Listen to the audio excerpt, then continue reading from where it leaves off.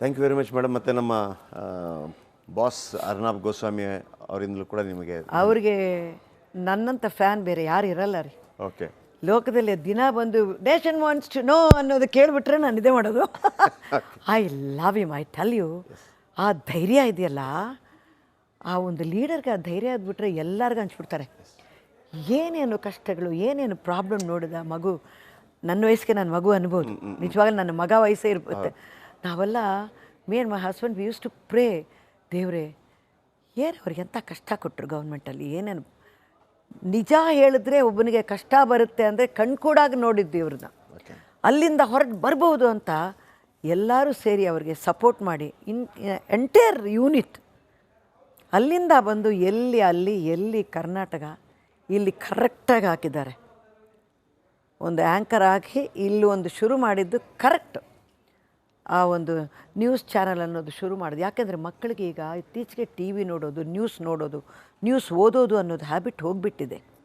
ಎಲ್ಲ ಇದರಲ್ಲೇ ಇದ್ದಾರೆ. ಈಗ ಇದನ್ನ ಮೂಲಕ ಸ್ವಲ್ಪ ಒಳ್ಳೆಯ ವಿಷಯಗಳು ಲೋಕದಲ್ಲಿ ನಡೀತಾ ಇದೆ. ಧೈರ್ಯ ತುಂಬಿಸೋದು, ಆ ಮಾತು style and his sense of humour, I am great fan of it. Thank you madam. ನಮ್ಮ ಹಾರೈಕೆ ಕೂಡ ನಿಮಗೆ ಬರಲೇಬೇಕು. ದಾದಾ ಸಾಹೇಬ್ ಫಾಲ್ಕೆ ಮತ್ತು ಭಾರತ ರತ್ನ ನಿಮ್ಮನ್ನು ಆರಿಸಿಕೊಂಡು ಬರಲಿ ಅಂತೇಳಿ ನಾವು ಅಷ್ಟಕ್ಕೆಲ್ಲ ನಾನು ಅರ್ಹಳಲ್ಲ. ಸುಮ್ಮನೆ ನೆಮ್ಮದಿ ಇರೋಣ. ಯಾವತ್ತೂ ಈ ಮೊಸರನ್ನ ಸಿಕ್ಕಿ ಅದನ್ನು ಜೀರ್ಣ ಮಾಡಿಕೊಂಡ್ರೆ ಸಾಕು, ನೆಮ್ಮದಿ ಹೋಗ್ಬಿಡೋಣ ಅಷ್ಟೇ. ನಿಮ್ಮಂಥವ್ರ ಆಶೀರ್ವಾದ ನನ್ನ ವಿಶಸ್ ಮಾತ್ರ ಸಾಕು. ಇನ್ನೇನು ಹೇಳಲಿ, ಸಂಕ್ರಾಂತಿ ಹಬ್ಬ ಬರ್ತಾ ಇದೆ. ದೇವ್ರ ದಯವಿಂದ ನಮ್ಮ ಭೂಮಿ, ನಮ್ಮ ದೇಶ, ನಮ್ಮ ಮಕ್ಕಳು ಎಲ್ಲರೂ ಚೆನ್ನಾಗಿರಬೇಕು ಅಂತ ದಯವಿಟ್ಟು ಬೇಡ್ಕೊಳ್ಳಿ. ನಾನು ಎಲ್ಲ ಕಡೆಯೂ ನನ್ನ ಶೋ ಮಾಡಿದಾಗಲೂ, ರಿಯಾಲಿಟಿ ಶೋ ಮಾಡ್ತಿದ್ದಾಗ್ಲೂ ಸರಿ, ನಮ್ಮ ಇಲ್ಲೂ ಹೇಳ್ತಾ ಇದ್ದೀನಿ, ದಿನ ಒಂದು ಸಲ ನೈಟ್ ಮಲಗುವಾಗ ಸಾರಿ ಹೇಳೋರು ಯಾರಿದ್ರೆ ಹೇಳಿಬಿಡಿ. ಒಂದೊಂದು ಸಲ ಹೇಳೋಕ್ಕಾಗಲ್ಲ, ಬೇಡ ಅನ್ಸ್ಬಿಡ್ತೀವಿ. ಇವ್ರಿಗೆ ಯಾಕೆ ಸಾರಿ ಹೇಳ್ಬೇಕು, ಆಮೇಲೆ ನಾಳೆ ನೋಡ್ಕೊಳ್ಳೋಣ ಅಂತ. ನಾಳೆ ಅಂತ ಹಾಕ್ಬೇಡಿ, ನಾಳೆ ಬರುತ್ತೋ ಬರಲ್ವೋ. You do not know whether you will wake up in the same body. So that is a big problem ಅಲ್ವಾ. ದೀಪಕ್ ಚೋಪ್ರಾ ಅಂತಾರೆ, are you sure you will wake up in the same body ಅಂತ. We do not know. ಅದರಿಂದ first ಸಾರಿ ಯಾರಿಗಾದ್ರು ಹೇಳಬೇಕಾದ್ರೆ ಈಗೋ ನೋಡಬೇಡಿ, ಸಾರಿಯಪ್ಪ ಆಯಿತು ಅಂತ ಹೇಳಬೇಡಿ. ಅದಾದಮೇಲೆ ಥ್ಯಾಂಕ್ಸ್ ಹೇಳಿ.